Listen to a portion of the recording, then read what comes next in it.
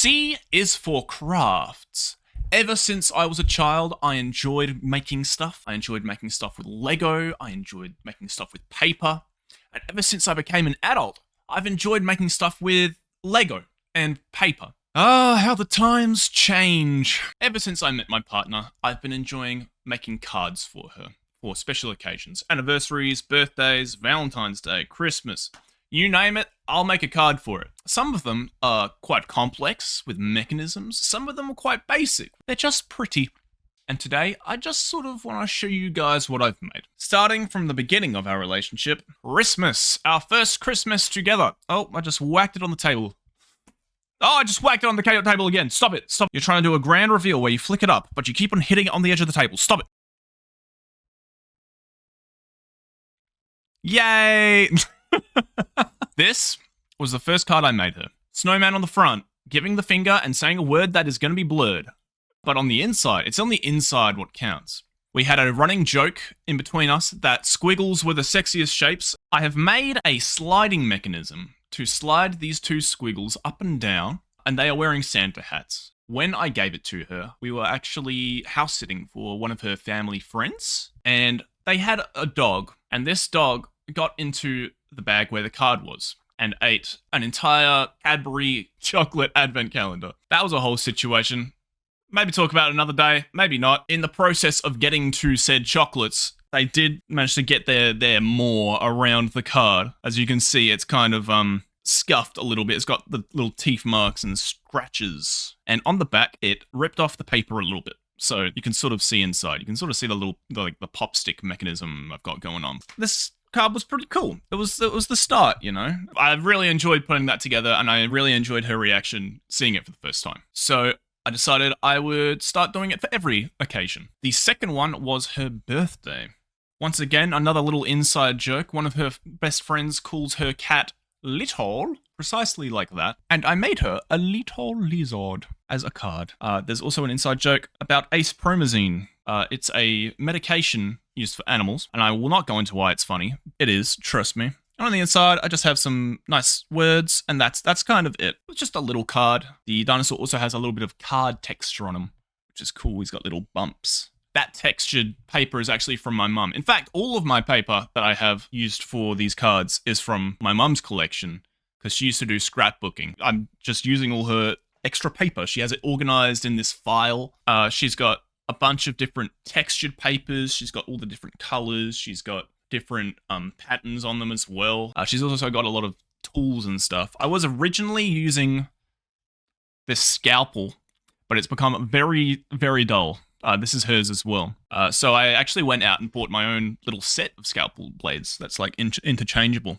It's a neat little tool, this. And it's also nice that it has like its own little box and everything. I really like it. But I have a bunch of, almost like a hole punch, but for different shapes. I've got like squares and love hearts and circles and all that. Also got some like double-sided tape, but it's really thin and small. So it's good for like sticking details down, essentially. On to the next card. So we have Christmas. You have the birthday. Next would be Valentine's Day. Now, this Valentine's Day card, pretty iconic as well. Does anyone remember the little video that surfaced of the German kid that went, Meine Mama hat mir einfach erlaubt, dass ich Cola trinken darf. Wie cool ist das bitte? Jetzt zocke ich Fortnite und trinke Cola. Yippee! yeah, that's pretty iconic. And it was pretty iconic for us too as well. In fact, her entire family and friend group started using it when I introduced it to them, which is quite funny. Anyway, here's the card. On the outside, it's got the little glittery heart in the middle and some reflective gold paper. But it's what's on the inside that counts with this card, because as soon as you open it, oh yeah, even attach some love hearts to that bad boy. You gotta go classic lovey-dovey romance with these Valentine's cards. It's so good. So, next was Anniversary. I made this card, which is, once again, reference to some memes here. Does anyone remember the Mouse Bites meme from Dr. House? He needs mouse bites to live. I forbid this. And here, more mouse bites. More mouse bites! I made a little vial of mouse bites as a dosage.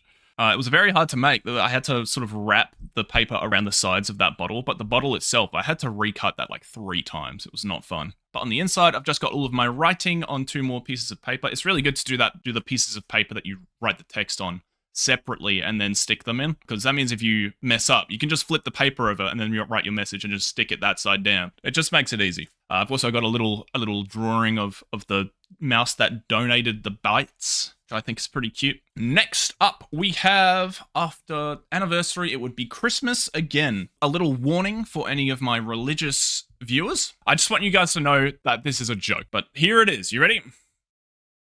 'Tis the season to repent. Very fun making this, and I love the texture I managed to achieve with the fire by layering on 3 different colors of paper. Board, sorry. The text also is my own sort of font, I suppose, because I drew out the letters, scalpeled them out, and then arranged them all. The white text is made by using a gel pen, which comes out really nicely on the darker paper. I think that's probably one of my favorite ones, simply because of the fire that I had on the front. I thought that turned out really nicely. But next up is probably the most time-intensive one. It took approximately a month to make. I had to 3D model a bunch of gears and a chassis for the entire card, because I 3D printed it. It was my first experience 3D printing anything. There were a few issues with the base plate of the 3D printer not heating properly, so it kind of warped at one of the corners, but I managed to patch it up with like hot glue. But here is the card. My world revolves around you. I really love this card, mostly because of its simplistic aesthetic it's got going on. I was sort of inspired by Kurzgesagt on YouTube, their kind of art style for this, but the mechanism itself spins the moon around the world, and I think it's really cute. It took a while to make. My heart and soul went into it. It was just a good fun time. And the final card is for Valentine's Day this year. So, you need to be validated. And then on the inside, I filled out the paperwork for you. You got the girlfriend license. I'm going to blur everything because it is literally both of our information. Like, that's it. That's the whole thing. I'm really happy with how the little license turned out. I did the stars at the top of the license by using gel pen and then outlining them manually afterwards with a fine liner. And I thought that turned out really well. C is also for confession. This video did not go as planned. I was originally going to do a walkthrough on how I make my cards, but stuff just went wrong. It was going very poorly. I had set up my monitor at like a more than 45-degree angle so I could have a top-down angle of my desk. But every time I tried to do something on my desk, my head would just get in the way because I need to be close so I can see that I'm being accurate with my scalpel and everything. And not to mention the fact that as soon as I had finished recording for the day, it turned out that like half of the stuff that was really important, like the important shots, just didn't get saved.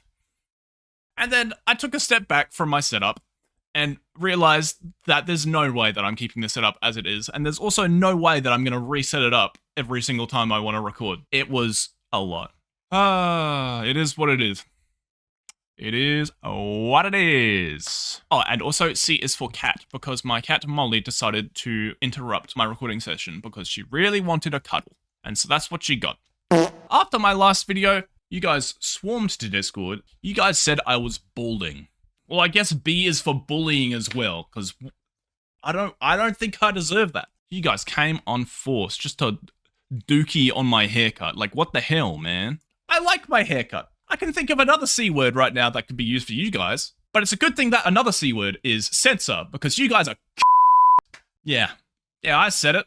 I would love to see if you guys can actually guess what the next episode is, because I think people definitely would be able to guess it. It's kind of been like 3 years in the making, in a way. It's not a major video, but I'm looking forward to it because it's something that I haven't shown to the public before, but has been made for a while. Someone also mentioned that Blaha didn't get enough love in the last video because I didn't do B for Blaha. So there he is. Blaha represent! But that's pretty much it for this video. Make sure you join my Discord so you can call me Bald more, I guess. I also stream on Twitch. I haven't been streaming as much lately, but I have been streaming every Saturday. That's Saturday evening in my time zone, so Australia, but Saturday morning if you're in the Americas.